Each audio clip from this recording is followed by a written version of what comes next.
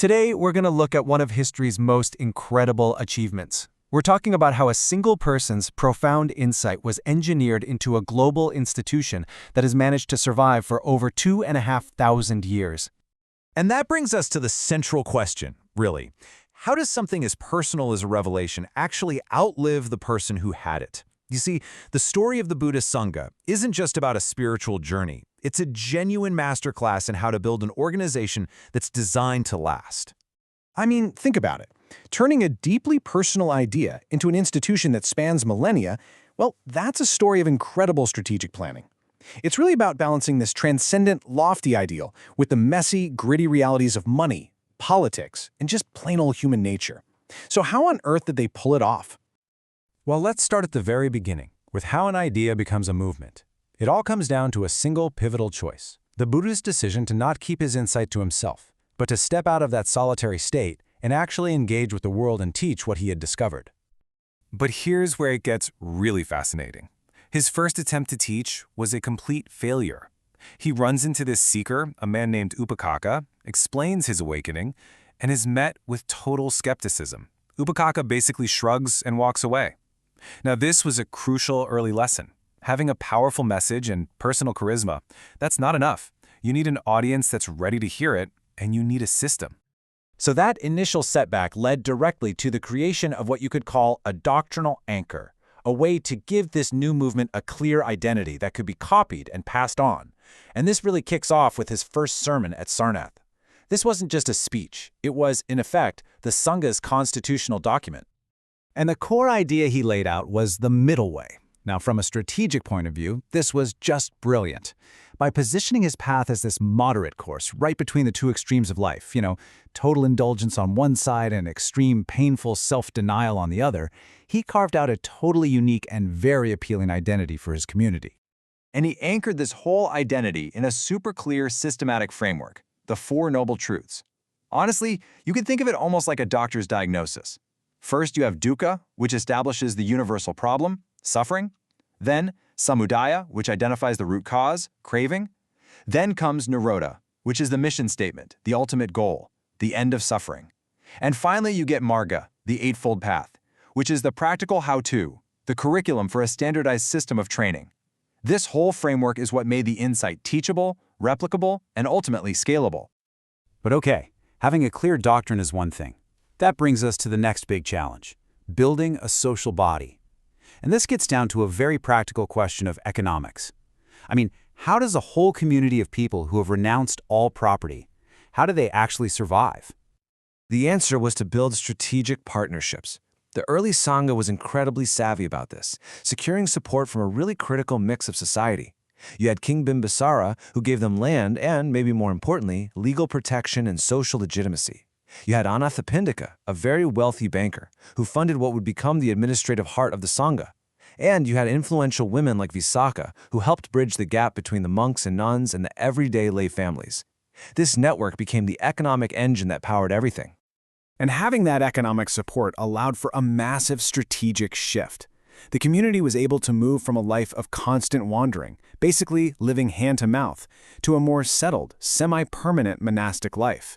This was really formalized with the annual Rains Retreat. And this shift, well, it was a total game changer. It created stable centers for systematic training, intensive education, and even for resolving conflicts. It gave them a base from which to grow. Of course, as your community grows from a handful of people to thousands, you're going to run into new problems. How do you manage everyone's behavior? How do you maintain public trust and a good reputation? This challenge led to the development of what we can call a reactive rulebook.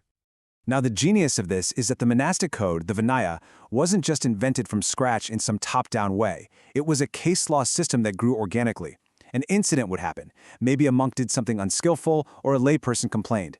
Then the Buddha would investigate to understand the full context. And only then would a specific rule be created to address that real-world problem and stop it from happening again. This approach kept the whole legal framework practical and relevant. And over time, this reactive process built up to become the Patimokkha. That's the core set of 227 rules for fully ordained monks. And this code was incredibly comprehensive. It covered everything from the most serious ethical violations all the way down to the tiniest details of daily etiquette. But any organization that lasts, especially one that's growing so fast, is bound to face crises. And the Sangha was no different. In fact, it had to survive two of the biggest tests imaginable: a serious internal rebellion and eventually the death of its founder. So the biggest internal threat actually came from the Buddha's own cousin, Devadatta.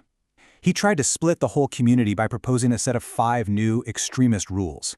He was basically arguing for a much more severe, hardcore asceticism. But the Buddha rejected them, arguing instead for flexibility.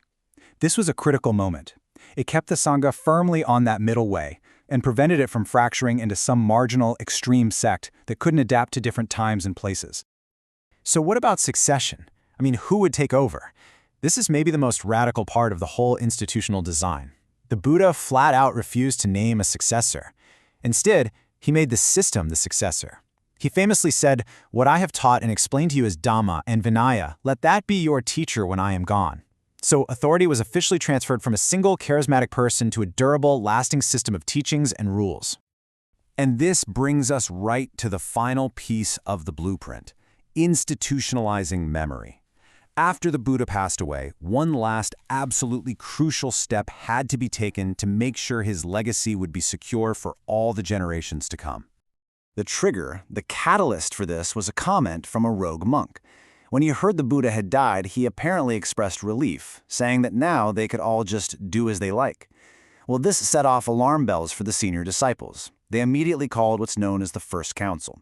Their mission was clear: collect, verify, and systematize all of the teachings and all of the rules, the Dhamma Vinaya, to keep the entire system from shattering into 1,000 different pieces. So if you step back and look, by the time the founder was gone, the complete architecture for an enduring institution was already in place. You had permanent monasteries, the fixed architecture. You had a comprehensive legal code, the Vinaya. You had economic security through patrons. You had a system for data integrity to preserve the teachings. And you had decentralized governance, where authority didn't rest with one person, but with the community and the law. The Sangha was literally built from the ground up to be self-regulating and incredibly resilient. This incredible 2,500-year story of organizational design isn't just about history. It really is a blueprint. And it leaves us with a pretty important question. What can we learn from this ancient model when we try to build our own modern institutions, our companies, our communities, our movements, so that they can truly last?